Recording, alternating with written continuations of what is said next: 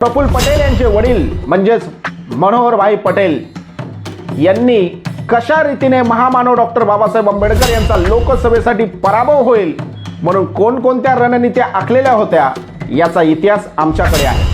अनेक लोकांना माहीतही नसेल की काँग्रेसच्या टिळक भवन माझ्या वडिलांनी बांधून दिलेलं। भंडारा या पोटनिवडणुकीसाठी काँग्रेसकडून उभे म्हणून भाऊराव बोरकर यांना उभे करण्यात आले। आता प्रफुल्ल पटेल यांनी त्यांच्या भाषणामध्ये काही नावं सांगितले। त्यांच्या भाषणामध्ये नाव आले नाशिकराव तिरपुडे, त्याचबरोबर त्यांनी त्यांच्या वडिलांचं नाव घेतलं। आता ह्या दोघांचा संबंध भंडारा येथील पोटनिवडणुकीशी कसा आहे तो समजून घ्या। म्हणजे 2 नंबरची संख्या होती म्हणून नाशिकराव तिरपुडे आमच्या जिल्ह्याचे होते। नाशिकरावजी ते बनले उपमुख्यमंत्री, पण पवार साहेब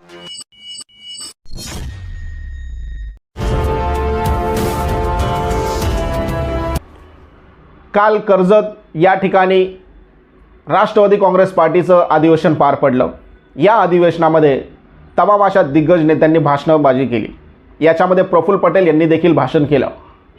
प्रफुल्ल पटेल यांच्या भाषणामध्ये त्यांनी असं बोलताना म्हटलं की माझा इतिहास महाराष्ट्राला माहीत नसेल की काँग्रेसचं जे टिळक भवन आहे ते माझ्याच वडिलांनी बांधलेलं आहे। त्याचबरोबर भंडारा या जिल्ह्याच्या नगर परिषदेवरती साधारणपणे 7 वर्ष मी नगराध्यक्ष म्हणून राहिलेलो आहे। माझे वडील 1952 पासून आमदार होते। असा हा माझा इतिहास महाराष्ट्रातील जनतेला माहिती नसेल। मात्र खऱ्या अर्थाने महाराष्ट्राच्या जनतेला तुमचा इतिहास माहिती असो किंवा नसो, मात्र आंबेडकरी चळवळीतील जो कोणी वाचक वर्ग आहे, जो कोणी महामानव डॉक्टर बाबासाहेब आंबेडकर यांचे लिहिलेले पुस्तकं वाचतो, महामानव डॉक्टर बाबासाहेब आंबेडकर यांच्या जीवनातील घटनेचा अभ्यास करतो, या सगळ्या लोकांना प्रफुल्ल पटेल, त्यांचे वडील यांचा इतिहास हा चांगलाच माहिती आहे। 1954 सालीच्या लोकसभेच्या पोटनिवडणुकीमध्ये महामानव डॉक्टर बाबासाहेब आंबेडकर यांचा पराभव कुणी केला? महामानव डॉक्टर बाबासाहेब आंबेडकर लोकसभेवरती निवडून येऊ नये म्हणून कुणी जंग पछाडलेला होता। 1954च्या लोकसभेच्या निवडणुकीमध्ये महामानव डॉक्टर बाबासाहेब आंबेडकर लोकसभेमध्ये पोचूच नये म्हणून पैशाच्या थैल्यांचा वापर, पैशाचा महापूर कुणी कशा रीतीने पुरवलेला होता याचा इतिहास आमच्याकडे आहे। प्रफुल्ल पटेल यांचे वडील म्हणजेच मनोहरभाई पटेल यांनी कशा रीतीने महामानव डॉक्टर बाबासाहेब आंबेडकर यांचा लोकसभेसाठी पराभव होईल म्हणून कोणकोणत्या रणनीत्या आखलेल्या होत्या याचा इतिहास आमच्याकडे आहे। मित्रांनो, महामानव डॉक्टर बाबासाहेब आंबेडकर जे की भारतीय घटनेचे शिल्पकार आहेत। महामानव डॉक्टर बाबासाहेब आंबेडकर यांनी संविधान लिहिल्याच्या नंतर 1952 साली सार्वत्रिक निवडणूक म्हणजेच लोकसभेची पहिली निवडणूक झाली। या लोकसभेच्या पहिल्या निवडणुकीमध्ये ज्यांनी भारताचं संविधान लिहिलं, ज्यांनी स्वातंत्र्य, समता, बंधुता दिली, ज्यांनी राखीव मतदारसंघ दिले, राखीव मतदारसंघ देण्यासाठी ज्यांनी पुणे करार केला, पुणे करार करत असताना कशा रीतीने काळजावरती दगड ठेवून त्यांनी पुणे करार केलेला होता, एवढ्या सगळ्या गोष्टी असून देखील ज्या राखीव मतदारसंघासाठी सगळ्यात जास्त योगदान महामानव डॉक्टर बाबासाहेब आंबेडकर यांचं असताना देखील त्याच राखीव मतदारसंघामधून महामानव डॉक्टर बाबासाहेब आंबेडकर यांचा पराभव होणं ही किती जीवाला लागणारी गोष्ट आहे। भले पहिल्या लोकसभेच्या निवडणुकीमध्ये पराभव झाला असेल, तोही राखीव मतदारसंघामधून पराभव झालेला असेल, मात्र महामानव डॉक्टर बाबासाहेब आंबेडकर यांचा पुन्हा 2 वर्षाच्या नंतर पुन्हा लोकसभेच्या पोटनिवडणुकीमध्ये तोही राखीव मतदारसंघामधून पराभव झाला। काल प्रफुल्लभाई पटेल यांनी भाषणामध्ये बोलताना सांगितलं की शरदचंद्रजी पवार साहेब यांचा संपूर्ण इतिहास त्यांनी काढला।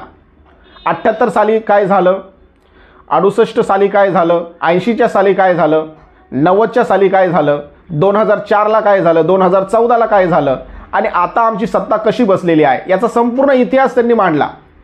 मात्र हा इतिहास मांडत असताना त्यांनी त्या भाषणामध्ये काही नावं उच्चारली। ही नावं होती प्रामुख्याने दलित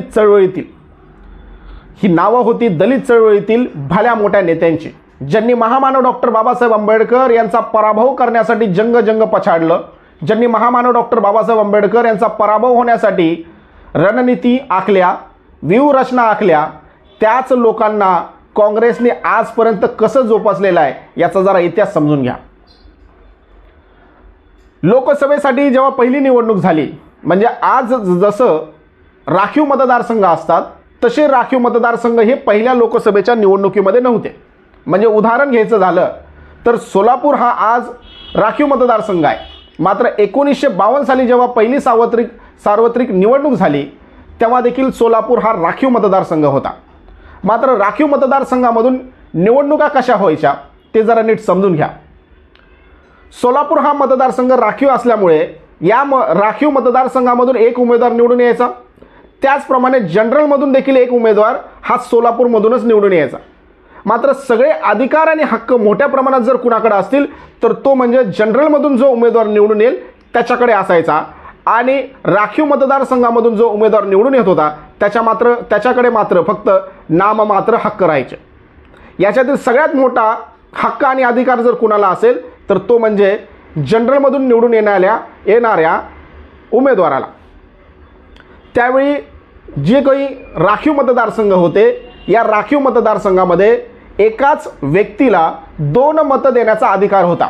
एक मत त्यांना जनरलच्या व्यक्तीला द्यायचं होतं आणि एक मत त्यांना राखीवमधून जो व्यक्ती उभा असेल या राखीव उमेदवाराला त्यांनी ते मत देणं होतं. म्हणजे आजच्या घडीला आपण एकच मत टाकतो, मात्र 1952 साली राखीव मतदारसंघ ज्या ठिकाणी असतील त्या ठिकाणी 2 उमेदवार उभे राहायचे आणि त्या 2 उमेदवारांना जे लोक वोटिंग करायची त्या वोटिंगचे 2 मतं त्यांना द्यावी लागत असे. 1954 साली भंडारा या ठिकाणी काँग्रेसचे जे उमेदवार निवडून आलेले होते सर्वसाधारण जागेमधून, त्यांचं निधन झालं. निधन झाल्याच्या नंतर भंडारा या ठिकाणी लोकसभेची पोटनिवडणूक लागली. 1952 साली महामानव डॉक्टर बाबासाहेब आंबेडकर यांचा लोकसभेसाठी पराभव झालेला होता आणि त्याचमुळे महामानव डॉक्टर बाबासाहेब आंबेडकर यांनी 1954ची लोकसभेची बाय इलेक्शन म्हणजेच पोटनिवडणूक लढण्याचा त्यांनी निर्णय घेतला. महामानव डॉक्टर बाबासाहेब आंबेडकर हे वर्धा मार्गे, नागपूर मार्गे भंडारा या ठिकाणी जात होते. त्यावेळी वर्धा या ठिकाणातील स्थानिक आपल्या बौद्ध समाजातील लोकांनी, आता 1956च्या नंतर झालेला बौद्ध समाज, मात्र पूर्वीचा दलित समाज, या दलित समाजाने महामानव डॉक्टर बाबासाहेब आंबेडकर यांना भंडारातील निवडणुकीसाठी साधारणपणे 5,000 रुपयाची मदत महामानव डॉक्टर बाबासाहेब आंबेडकर यांना वर्धा या ठिकाणी दिलेली होती. वर्धा या ठिकाणातील पुलगाव या ठिकाणी, आणि पुलगाव या ठिकाणी आजही ते स्मारक आहे ज्या ठिकाणी महामानव डॉक्टर बाबासाहेब आंबेडकर आलेले होते. भंडारा या पोटनिवडणुकीसाठी काँग्रेसकडून उभे म्हणून भाऊराव बोरकर यांना उभे करण्यात आले. आता प्रफुल्ल पटेल यांनी त्यांच्या भाषणामध्ये काही नावं सांगितले. त्यांच्या भाषणामध्ये नाव आले नाशिकराव तिरपुडे, त्याचबरोबर त्यांनी त्यांच्या वडिलांचं नाव घेतलं. आता ह्या दोघांचा संबंध भंडारा येथील पोटनिवडणुकीशी कसा आहे तो समजून घ्या. महामानव डॉक्टर बाबासाहेब आंबेडकर हे ज्या रीतीने उच्च विद्याभूषित होते त्याच पद्धतीने महामानव डॉक्टर बाबासाहेब आंबेडकर यांनी त्यांचे कार्यकर्ते आणि त्यांचे नेते मंडळी देखील उच्च विद्याभूषितच निवडलेले होते. त्यांच्या आजूबाजूला जो काही सराउंडिंग असायचा हा उच्च विद्याभूषितच होता.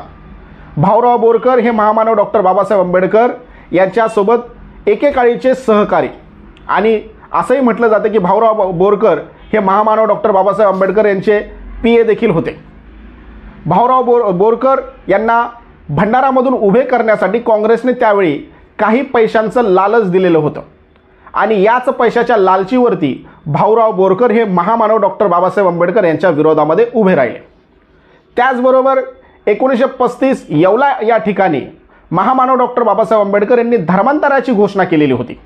धर्मांतराची घोषणा केल्यामुळे महामानव डॉक्टर बाबासाहेब आंबेडकर यांच्यासोबत असणारे अनुसूचित जातीमधील अन्य काही नेते यांना ही धर्मांतराची जी काही संकल्पना होती ती मान्य न झाल्यामुळे त्यांनी महामानव डॉक्टर बाबासाहेब आंबेडकर यांचे साथ सोडली आणि काँग्रेसमध्ये प्रवेश केला.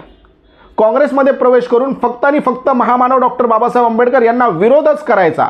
आज ज्या प्रकारे शिवसेनेमधून फुटून जे लोक बाहेर पडले आणि कशा रीतीने ते उद्धव ठाकरे यांना विरोध करतात, किंवा राष्ट्रवादीमधून फुटल्याच्या नंतर कशा रीतीने शरद पवार साहेब यांना विरोध केला जातोय, तशाच रीतीने 1954 सालीच्या निवडणुकीमध्ये महामानव डॉक्टर बाबासाहेब आंबेडकर यांच्या शेड्यूल कास्ट फेडरेशनमधून जी लोक बाहेर पडली यांनी महामानव डॉक्टर बाबासाहेब आंबेडकर यांच्यावरती टीकास्त्र सोडलेलं होतं।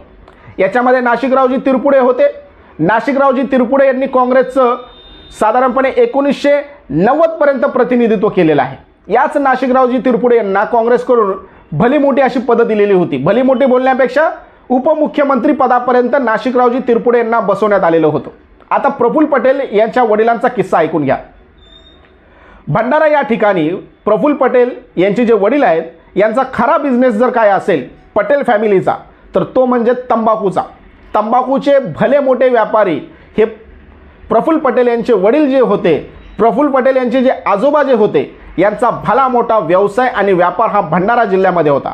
आजच्या घडीला भंडारा हा महाराष्ट्र राज्यामध्ये आहे, मात्र त्यावेळी हाच भंडारा जिल्हा मध्य प्रदेशामध्ये होता आणि या संपूर्ण दोन्ही जिल्ह्याच्या बॉर्डर असल्यामुळे नागपूर हे त्यावेळी राजधानीचं स्वरूप असल्यामुळे या ठिकाणातील भला मोठा व्यवसाय हा मनोहरलाल पटेल यांच्या माध्यमातून केला जात होता।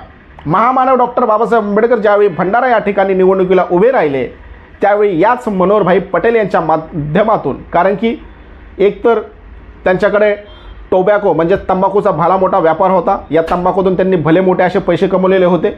याच पैशाचा सदुपयोग म्हणून त्यांनी भल्या मोठ्या अशा शाळा आणि महाविद्यालय देखील चालू केलेले होते आणि याच पैशाचा वापर त्यांनी महामानव डॉक्टर बाबासाहेब आंबेडकर यांची जी भंडारा या ठिकाणी पोटनिवडणूक झाली या निवडणुकीसाठी वापरला आणि तोही महामानव डॉक्टर बाबासाहेब आंबेडकर यांना पाडण्यासाठी। म्हणजे विचार करा की ज्या लोकांनी 1954च्या पोटनिवडणुकीमध्ये महामानव डॉक्टर बाबासाहेब आंबेडकर यांना पाडण्यासाठी मदत केली त्याच लोकांना काँग्रेसने आजपर्यंत विविध अशा पदावरती बसून त्यांचं पुनर्स्थापना केलेली आहे। याच्यामध्ये नाशिकरावजी तिरपुडे असतील, त्याचप्रमाणे प्रफुल्लभाई पटेल म्हणजे त्यांच्या वडिलांनी देखील महामानव डॉक्टर बाबासाहेब आंबेडकर यांना पाडण्यासाठी मोठा असा रोल प्ले केलेला आहे। त्याचप्रमाणे आजच्या घडीला काँग्रेसचे राजस्थानामधून राज्यसभेवरती गेलेले मुकुल वासनिक यांचे वडील बाळकृष्ण वासनिक यांनी देखील महामानव डॉक्टर बाबासाहेब आंबेडकर यांना भंडारा येथील पोटनिवडणुकीमध्ये पाडण्यासाठी भली मोठी अशी कामगिरी केली होती आणि त्याच कामगिरीच्या जोरावरती बाळकृष्ण वासनिक यांना देखील काँग्रेसने मोठी पदं दिली आणि त्यांचा जो मुलगा आहे मुकुल वासनिक यांना देखील मोठी पदं दिली। हा इतिहास पुस्तका स्वरूपामध्ये आहे। हा इतिहासावरती दस्तूर खुद्द मोठमोठ्या नेत्यांनी आणि मोठमोठ्या लेखकांनी पेपरमध्ये लेख लिहिलेले आहेत। त्याचप्रमाणे याच्यावरती पुस्तकं देखील प्रकाशित झालेले आहेत आणि त्याच्यामुळे प्रफुल्ल पटेल यांनी काल जे भाषण करताना म्हटलं की माझा इतिहास लोकांना माहीत नसेल, मात्र खऱ्या अर्थाने तुम्हीच तुमचा इतिहास उजागर केलेला आहे। 1954ची भंडाऱ्याची पोटनिवडणुकीमध्ये तुमचे वडील मनोहरलाल पटेल, त्याचप्रमाणे नाशिकरावजी तिरपुडे, मुकुल वासनिक यांचे वडील बाळकृष्ण वासनिक या सगळ्यांनी मिळून महामानव डॉक्टर बाबासाहेब आंबेडकर यांचा पराभव करण्यासाठी कुठल्या कुठल्या व्यूहरीती आखल्या होत्या ते याच्यातून साबित होतं। त्याचप्रमाणे भाऊराव बोरकर ज्यांनी महामानव डॉक्टर बाबासाहेब आंबेडकर यांचा भंडारा लोकसभेमध्ये पोटनिवडणुकीमध्ये पराभव केला, त्याच्यानंतर भाऊराव बोरकर यांना जास्त जीवनमान लाभलं नाही, काही दिवसामध्येच त्यांचं निधन झालं। म्हणजे काही लोक असे म्हणतात की साधारणपणे 3-1 महिन्यामध्ये भाऊराव बोरकर यांचं निधन झालं। भाऊराव बोरकर यांचं निधन झाल्याच्या नंतर त्यांच्या पत्नी यांनी पुन्हा ती भंडाऱ्याची लोकसभेची निवडणूक लढली आणि त्या विजयी देखील झाल्या आणि असं देखील म्हणतात की लोकसभेच्या पहिल्या निवडणुकीमध्ये ज्या 24 महिला निवडून आलेल्या होत्या त्यापैकी या पहिल्या दलित महिला होत्या की ज्या लोकसभेवरती निवडून गेलेल्या होत्या। त्यांचं नाव होतं अनुसया बोरकर।